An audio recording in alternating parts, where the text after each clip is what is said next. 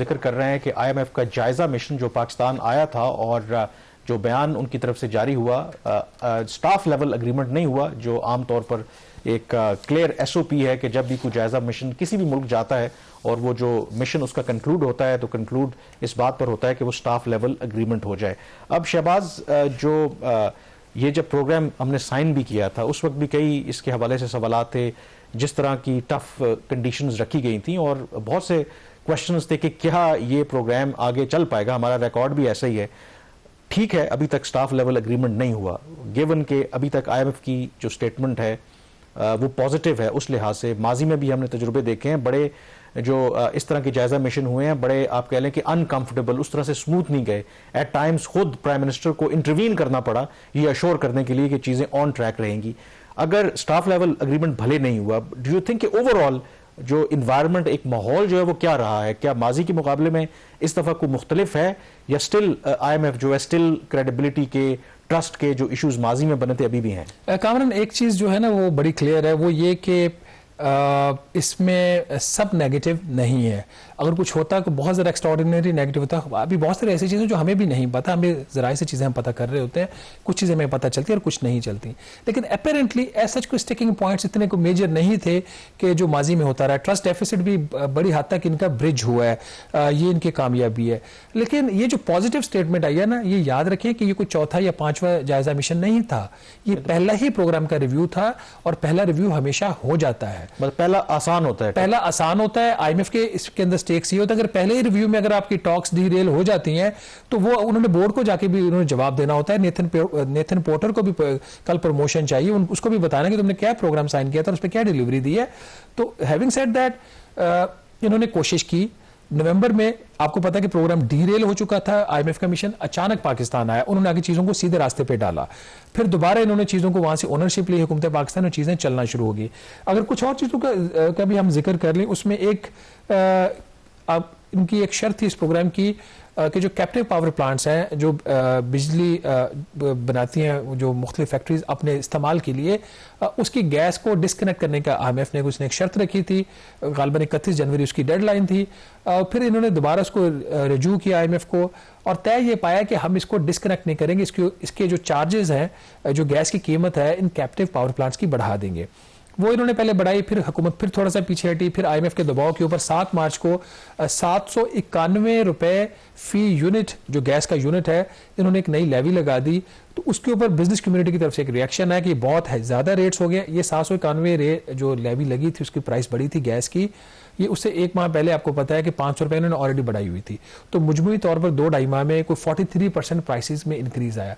IMF ये कह रहा है कि गैस इतनी महंगी कर दो कि ये जो फैक्ट्रियां हैं जो कैप्टिव पावर प्लांट्स से बिजली बनाकर अपने लिए बिजली बनाती हैं और इस्तेमाल करती हैं, ये गैस का इस्तेमाल करना बंद कर दें। और नेशनल ग्रिड, जिस तरह सोलर के ऊपर इन्होंने कंज्यूमर्स को इन्होंने वहाँ पे पीनलाइज किया, इसी तरीके से यहाँ पे भी ये फैक्ट्रियों को पीनलाइज कर रहे हैं कि आप गैस छोड़ें और नेशनल ग्रिड से बिजली लें, क्योंकि हमने वहाँ पे आपके लिए महंगी बिजली बना के रखी है। चूंकि महंगी लेता कोई नहीं, तो अब हम आपको ज़बरदस्ती बेचेंगे। उसी कॉन्टेक्स्ट में ये लेवी का भी था।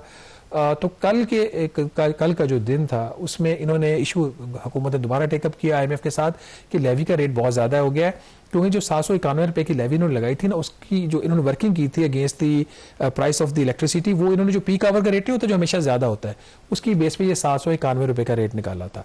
तो पेट्रोलियम डिवीजन का मौक़िफ़ ये था कि ये पीक आवर के ऊपर नहीं, जो एवरेज रेट होता है ना बिजली का, उसके ऊपर लेना चाहिए। तो एवरेज के ऊपर कोई 300 रुपये की इसमें कमी बनती थी। कमी इन द सेंस के 791 के अगेंस्ट में भी वो 491 हो। तो वो खैर IMF ने वो बात इनकी नहीं मानी। तो दूसरा जो इशू है वो FBR का था। FBR के ऊपर कामरान काफ़ी इंटरेस्टिंग इसके अंदर डेवलपमेंट्स हैं। आपको पता है कि जो दुबई की अंदर पाकिस्तान की इन्वेस्टमेंट जारी, वो एक बहुत बड़ा एक मसला बना हुआ है यहाँ पे, और बहुत कोशिश भी हुई है कि किसी तरीके से वो इन्वेस्टमेंट रोकी जा सके। अभी हुकूमत ने ये IMF से, खास करके रियल स्टेट के बेसिकली उसी कॉन्टेक्स्ट में बात हो रही है, हुकूमत ने रिक्वेस्ट की IMF से कि आप हमें जो मुख्तलिफ टैक्सेस हैं उनके जो रेट्स हैं उसको कम करने की इजाज़त दें, क्योंकि पाकिस्तान से सरमाया बाहर मुंतकिल होना शुरू हो गया है। उन्होंने गल्फ का उस तरीके से तो शायद जिक्र किया, यानी कि हमें नहीं पता, बट उनका जी कि चूंकि गल्फ रीजन के अंदर रेट्स बहुत कम है और यहाँ रेट्स ज़्यादा है, तो लोग यहाँ से पैसा निकाल के वहाँ लेके जा रहे हैं। मेरी जब इस हवाले से FBR के ज़राए से बात हुई तो मैंने कहा ये आपने ये रिक्वेस्ट क्यों की, इसका बैकग्राउंड क्या था। उन्होंने कहा जी कोई 72 ऐसे रियल एस्टेट डीलर्स हैं, प्रॉपर्टी डीलर्स हैं जिनके ऊपर इनको कोई सस्पिशन है इनकी कि वो पैसा यहाँ से बाहर मुंतकिल कर रहे हैं या कर सकते हैं। तो उसी कॉन्टेक्स्ट में इन्होंने अब दो इनके प्लान्स हैं। एक प्लान तो ये है कि किसी तरीके से IMF को कन्विंस किया जाए कि आप रेट्स कम कर दें ताकि लोग बाहर पैसा लेके ना जाए। उस पर अभी फिलहाल कोई इस पर प्रोग्रेस नहीं है। दूसरा इनका प्लान ये है कि जो 72 लोग हैं जो इन्होंने आइडेंटिफाई किया, और लिस्ट इन्होंने मुझे FBI ने दिखाई थी, बट वो लिस्ट जो है वो हम तब तक उसमें जो नाम है वो नहीं ले सकते जब तक हमारे पास लीगल एविडेंस ना हो कि बाकी लोग इसमें मुलव्वस हैं। FBI का दावा अपनी जगह पे होगा, बट हमने तो ये देखना कि लीगली हम ये बात कर भी सकते हैं या नहीं कर सकते, और FBI के पास एविडेंस है भी या नहीं। तो वो 72 लोग अब उनको ये टारगेट करने जा रहे हैं, उनको टैक्स नोटिस देंगे, कुछ भी करेंगे, और ये कोशिश करेंगे कि वो लोग जो हैं उसमें कुछ तो वहीं दुबई बेस्ड है जिनका ये कुछ नहीं कर सकते, कुछ ज़्यादातर पाकिस्तान से यहाँ से इनका ख्याल है कि यहाँ से पैसा वो बाहर लेके जा रहे हैं और वहाँ पे इन्वेस्टमेंट करवा रहे हैं। लेकिन इसमें जो एक चीज़ है ना, मेरा भी इस हवाले से देखिए, एक तो चलें टैक्स बहुत बड़ी वजह है कि अगर आप देखें पिछले 2-3 साल से 4 साल से जो हमारे यहाँ रियल स्टेट का शोबा है उसमें एक बहुत ज़्यादा गिरावट है। जो पहले लोग एक समझते थे कि ये तो एक हॉट केक है कि आज आप घर खरीदें, प्लॉट खरीदें, फाइलें लोग खरीदते थे और 1 साल के बाद इतने प्रॉफिट पे बेच देते थे। फिर हमारे यहाँ ज़ाहिर है कि टैक्स लोग देना चाहते नहीं है। फिर एक वजह ये भी है कि लोग यहाँ पर डिलीवर भी नहीं करते, बहुत ज़्यादा फ्रॉड भी है। मुझे किसी ने एग्जाम्पल भी दी कि अगर आपके पास 5-5.5 करोड़ रुपया है, आप दुबई में एक स्टूडियो अपार्टमेंट खरीद लें, तो उसने मुझे कहा आपको पता है कि कितना, अगर आप कंपैरिजन करें पाकिस्तान के साथ, कि यहाँ पर इस्लामाबाद रावलपिंडी में 5-5.5 करोड़ का अगर 8 से 10 मरले का अगर आपको घर मिल जाता है तो एट बेस्ट आप अगर आप उसको रेंट पे देंगे तो 1 लाख या 1.5 लाख रुपए आ जाएगा। कहता है वही 5 करोड़ की आप इन्वेस्टमेंट, सबसे पहले कि आपकी सिक्योर है इन्वेस्टमेंट, एटलीस्ट आपको 8 से 10 लाख रुपए पर मंथ मिलेंगे। तो ये इंसेंटिव भी है ना, ये तो क्रेडिट UAE को और उनको भी जाता है कि, और सबसे बड़ी बात है कहते हैं वहां पे फ्रॉड हो नहीं सकता।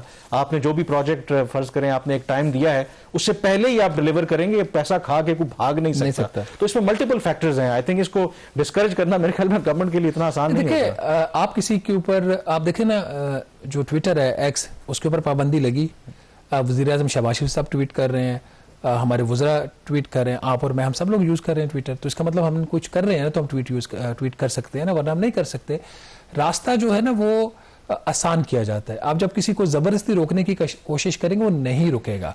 यहाँ पे भी इनको जो ओवरऑल इन्वायरमेंट है उसको चेंज करना है, लोगों को तसल्ली देनी है कि आपका सरमाया जो है वो महफूज है। हम कोई एब्रप्टली जो पॉलिसीज है वो चेंज नहीं करेंगे, आपके ऊपर टैक्सेस का जो बोझ है दिन रात दुगना नहीं करेंगे, आपको बाकी लाइफ की सहूलियत देंगे, आपको हम मजबूर नहीं करेंगे कि सोलर पैनल्स बंद कर दें और नेशनल ग्रिड से महंगी 65 रुपए की बिजली लें, हम आपको मजबूर नहीं करेंगे कुछ और चीज़ों के। ये चॉइसेस रियासत खुद देती है। Over a period of time power sector ले लें, आप अपना टैक्सेशन सेक्टर्स को ले लें, तो उसमें ऐसी पॉलिसीज हैं लोगों के पास चॉइस नहीं बची कि वो पाकिस्तान छोड़ के चले जाएं। एक चीज़ जो हमें करनी चाहिए, स्टोरी मैं अभी तक कर नहीं पाया, मैं कोशिश करता हूँ। बहुत सारे लोग, कुछ लोग तो यहाँ से सरमाया लेके जा रहे हैं, कुछ लोग पाकिस्तानी नेशनलिटी को छोड़ रहे हैं। ठीक है, मुझे खुद अभी पिछले दिनों किसी बंदे की कॉल आई, वो प्रोसेस समझना चाह रहे थे कि अगर रिनाउंस करके नेशनलिटी करना हो तो क्या उसका तरीकेकार होता है। दिस इज हैपनिंग, और ये मेरे और आपके कहने की बात नहीं है। इंटीरियर मिनिस्ट्री के पास पूरा डाटा होगा कि कितने इनके पास इस किस्म की रिक्वेस्ट आ रही है, तो उसको भी देखने की जरूरत है। बाकी दुबई में भी आप इस तरीके से इन्वेस्टमेंट करने इसलिए आसानी है कि आपको पता है कि UAE पाकिस्तान का वीजा जो है वो नहीं जारी कर रहा है। तो हाँ, वो तो काफी मुश्किलात है लोगों के लिए। एक जो अगर कंस्ट्रेंट कोई होगी तो वो UAE वाली साइड से होगी, हमारे लोगों के बस की बात में ये नहीं रोक सकते। अच्छा, IMF की आप जो बात कर रहे थे, कल भी आपने सरसरी टच किया था, अगेन वो पॉजिटिव की हम बात कर रहे हैं, तो जो फॉरेन डिप्लोमेट्स हैं उनको भी IMF ने ब्रीफ किया था, डेलीगेशन ने, तो उसमें उसकी क्या कहानी है, क्या बताया उन्होंने? देखिए, अब मेरे लिए बड़ा ही ये सरप्राइजिंग था कि स्टाफ लेवल एग्रीमेंट नहीं हुआ, क्योंकि थ्रू आउट दी नेगोशिएशन बड़ी पॉजिटिविटी थी। और जो IMF ने फॉरेन डिप्लोमेट्स को ब्रीफ किया, जिसमें मेजर कैपिटल्स थे और फिर उसमें डोनर्स जो हैं वर्ल्ड बैंक के थे और कुछ और लोग भी थे, उनको उन्होंने बड़ी अच्छी प्रोग्रेस बताई है। उनका जी बड़ा स्ट्रॉन्ग इंप्लीमेंटेशन हो रही है प्रोग्राम के ऊपर। वरना इस तरह की जो बैकग्राउंड मीटिंग्स होती है ना, स्टेटमेंट अगर पॉजिटिव आ भी जाए तो बैकग्राउंड में बड़ी कैंडिड बात होती है। तो बैकग्राउंड में कोई कैंडिड इस तरीके की बात उन्होंने नहीं की कि चीज़ बहुत ज़्यादा खराब है।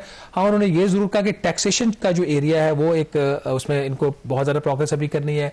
प्राइवेटाइजेशन को मैंशन किया गया, वहाँ पर अभी काम नहीं हो पा रहा। और जो ग्रोथ की उन्होंने बात की कि पाकिस्तान को एक स्टेडी ग्रोथ का पाथ लेना है, स्लोली ग्रो करना है, एब्रप्ट और फास्ट ग्रोथ पाथ के ऊपर पाकिस्तान को नहीं जाना चाहिए। तो इन्होंने जो ओवरऑल जो प्रोग्रेस दी फॉरेन डिप्लोमेट्स को वो अच्छी दी। अच्छी प्रोग्रेस वहां पे, अच्छे मुज़ाकरात, अच्छी प्रेस रिलीज, लेकिन वो नहीं हुआ जो होना चाहिए था, स्टाफ लेवल एग्रीमेंट नहीं हुआ। और प्राइवेटाइजेशन के ऊपर भी नाज़रीन बात हुई, प्राइवेटाइजेशन का कंसर्न था। हुकूमत ने अब दोबारा IMF से ये वादा तो किया है कि हम 7 इदारों को दिसंबर 2025 तक बेच देंगे। इन 7 इदारों में उनके 3 पावर डिस्ट्रीब्यूशन कंपनीज की बात कर रहे हैं, गुजरांवाला की, फैसलाबाद की और लाहौर की। ये जो पावर डिस्ट्रीब्यूशन कंपनीज हैं, ये तीनों को, इनमें से एक कम अज कम हुकूमत का बेचने का इरादा है। और 3 फाइनेंशियल इंस्टीट्यूशन की उन्होंने बात की है, फर्स्ट वुमेन बैंक की, हाउस बिल्डिंग फाइनेंस कंपनी की, और तीसरा ज़राई तरक्याती बैंक लिमिटेड को भी बेचने की हुकूमत ने बात की है। और इंपॉर्टेंटली जो PIA है, PIA की निजकारी के हवाले से हुकूमत ने IMF को यकीन दहानी करवाई है कि जुलाई तक जो है हम इसकी जो बोली हो जाएगी और ये इदारा जो PIA इसको बेच दिया जाएगा। IMF को ये बताया गया कि इस दफा 3 पार्टीज कम अज कम आ सकती हैं, जिसमें 2 वो पार्टीज थी जो पहले विड्रॉ कर गई थी इस वजह से कि सेल्स टैक्स का एक मसला था, और दूसरा मसला था नेगेटिव इक्विटी का, कोई 45 अरब रुपए का। और जो तीसरी पार्टी है, that will be a surprise. अगर वो तीसरी पार्टी आ जाती है, वो ऐसा नाम है, वो बहुत सारे लोगों को सरप्राइज कर देगा। हम भी अभी आपके लिए सरप्राइज ही छोड़ के जा रहे हैं, अभी हम उसका नाम नहीं ले रहे। जब एक्सप्रेशन ऑफ इंटरेस्ट आएगा, वो पार्टी जो इंटरेस्ट शो करेगी, तो many people will be surprised. यहाँ पे छोटी सी ब्रेक लेंगे और ब्रेक के बाद जब वापस आएंगे तो बात करेंगे एक और अहम इशू की, लेकिन उसके लिए आपको इंतजार करना पड़ेगा। ब्रेक के बाद हम आपसे इस पर दोबारा डिस्कशन करेंगे। Stay with us.